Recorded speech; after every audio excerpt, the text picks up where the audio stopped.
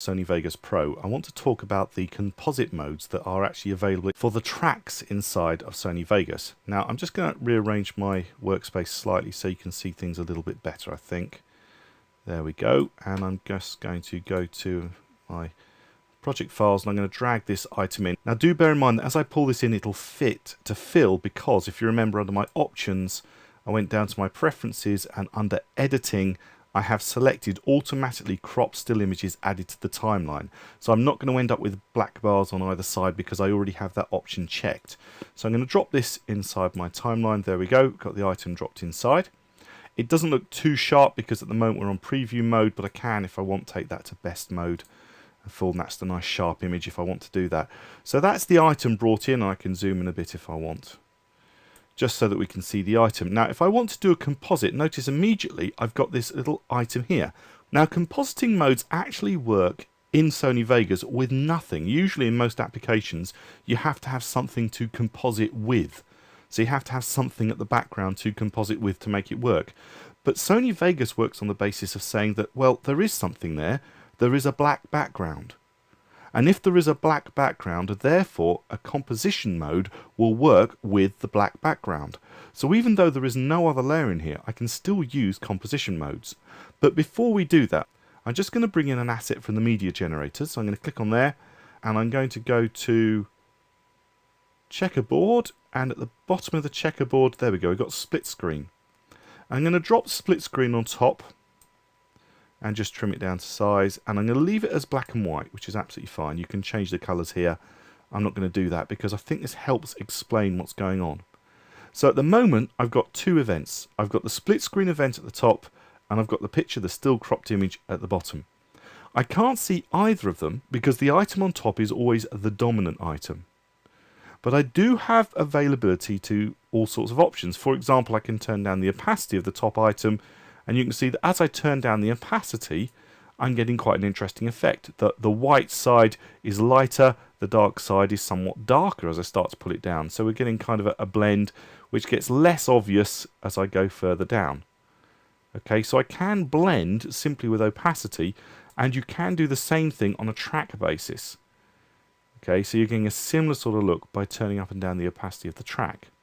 However, composition modes, if we click on them, are a different type of algorithm, and it's based on the individual pixel elements that you have in your event.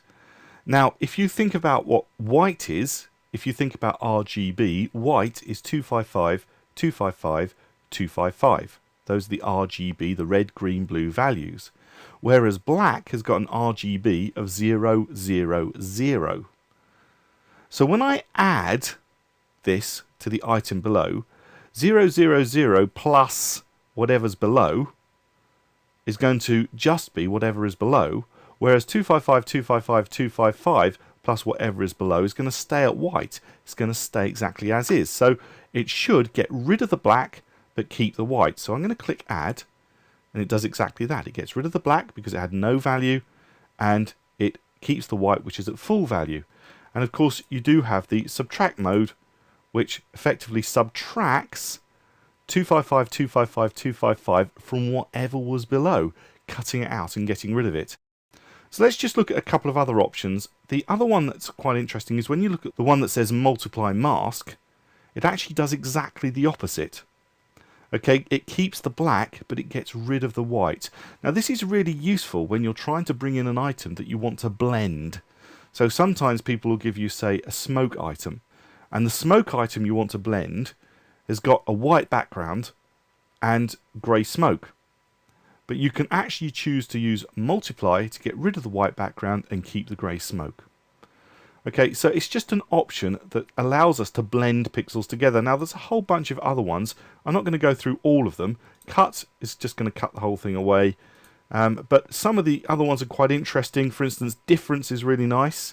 So looking at the difference between the pixel values. Now obviously this was black over this side, so that it had no value. There is no difference between nothing, which is what black is, 0, 0, 0, and what's below.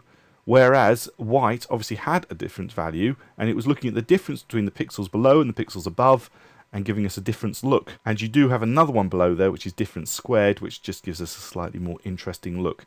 Now blend modes are often used to get creative looks. So overlay's another look. And you can choose, I don't know, screen, which is a sort of a slightly whiter one, sort of like lighten. In fact, there's three. You've got add, screen, and lighten, are all lightening modes. And then you've got things like darken, hard light, and multiply, are all darkening modes, really. So you can play with all these different modes and see how they work in your particular project. Burn is an interesting one. Some of them are going to be useful, others of them are not. I'm really just using this particular version here, this black and white split screen, to show you how it works. Now notice that it is on a track basis, it is not on an event basis. So if I take that event and I was to bring down, say, this applied here and drop that down, and I'm just going to leave it as is at the moment, you'll see that instantly the composition mode is applied because it is track based. It's not event based. Okay, so the item is actually on there, but it's quite an interesting look. It's quite a dramatic look. And of course I can turn down the overall power of that by turning up and down the opacity, but the composition mode will make a difference for how much or how little you can see, depending on how you change things. So these options are available, but there is one other option I'm quite keen to show you, and I'm just going to get rid of these two events, select them, delete, and I'm going to bring in turn this back to source alpha, which is the default setting, and I'm going to bring in a bit of text. So under media generators I've got titles and text. I'm just going to drop this sample one on top. Going to leave it saying sample text. Okay, don't really need to change what it says. Might want to change its position slightly, so in fact if I go here I can very briefly move its location and just pull it down so we can see a little bit better. There we go. Now I can use a composition mode to show either the background image inside the text or the text cut out from the background image. So for example, if I go to multiply, I've got the image inside the text. That's great, that's one look. But if I was to go to the other option, which is cut, you'll see that the text is cut from the image. However, this is working because of two items. For cutting out like this, it's looking at the alpha channel, the transparency around the text. Now, when you create text, you can see items below it. If I take this back to normal, you can see things below it because there is transparency around the text. The actual letters themselves are opaque. You can't see through those because they have a value. But around the outside, all the other pixels have been mapped to transparent in the alpha channel because channels are red, green, blue, and alpha. So it's saying that you can see through these pixels, it's transparent. So when you choose cut, it doesn't matter what color it is, it will cut it out. However, it does matter when you go back to multiply mask. At the moment, this is working because it's white. But if I go back to the actual event and I change the word sample, so let's just select sample and change it to a different color. In fact, it's affecting all the text, as you can see. You can see it's actually making quite a big difference as to how much I can see. And the darker I come, the less and less I'm going to be able to see, until when I'm at pure black, it completely disappears. So how bright something is has a direct influence on how well you can actually cut out, but it also gives you the option to be able to colorize things. Now, this is all well and good until you think to yourself, well, what I really want is I want to see this text with this image inside of it, but below it I'd like another really interesting picture. So let's choose something ridiculous. There you go. Photo 159, drop that below. But hang on a second, I can't see photo 159.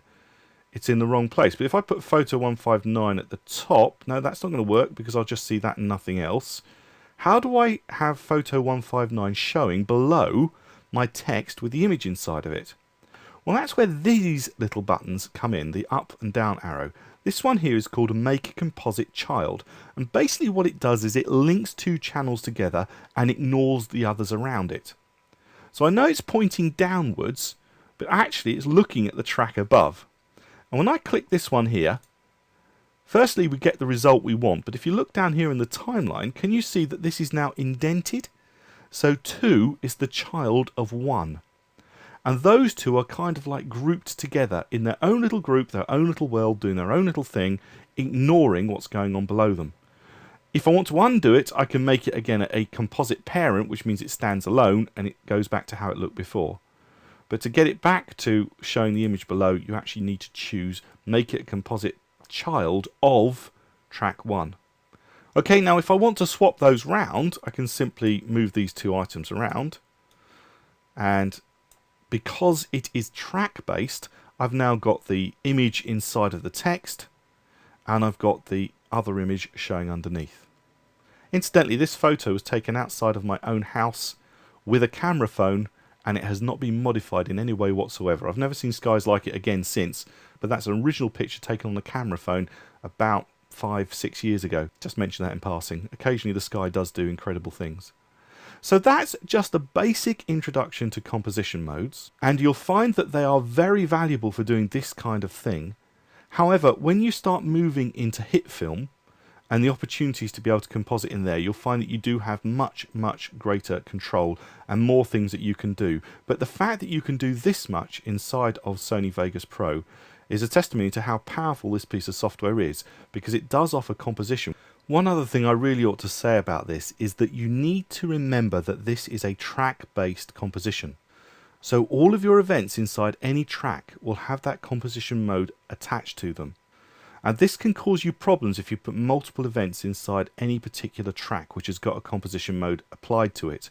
So if you do this sort of thing, then I would recommend selecting both the items, right clicking on them and going to group selected tracks. Okay, and then naming them with whatever you want to do. So I can perhaps name that as a title group, and then possibly even locking the actual events inside of that group, so you could right click on them and go to your switches and actually lock the individual events so that they can't actually then be changed later on down the line. So once you've done that, then you've actually created a little group, and that group can't really be changed or touched. However, there is one little other item to show you. Once you have kind of grouped these items together with a parent-child relationship, you can, if you want, apply a composition mode that's going to be different again to those two items to the one below. At the moment, the item below is completely unaffected. These sit on top of it. But if I want to, say, do a different squared to them, I can actually have a different composition mode applied and make the whole thing look different, because I'm applying both of these together, looking at the layer below it. So we can look at, say, difference if we want, or we can choose anything else we like. So I could, even if, although I wouldn't know why, but I could cut them out. Be no point in doing that, because that's basically what we've already done. But you can just say, I'll have a play and see what I can create. So just bear in mind that when you have done this, it's going to affect anything else you add to those tracks, so you don't really want to add any other events to those tracks unless they're going to use exactly the same composite modes. Secondly, that you can composite these items as a group, so a parent composite mode allows you to composite what you have created as a group, and then once they're all grouped and you've locked the events, move on and go on to your next item, leaving these ones untouched. And of course, as you know, you can even mute those if you want to, depending on how things go. My name is Andrew Davis. I hope you found this tutorial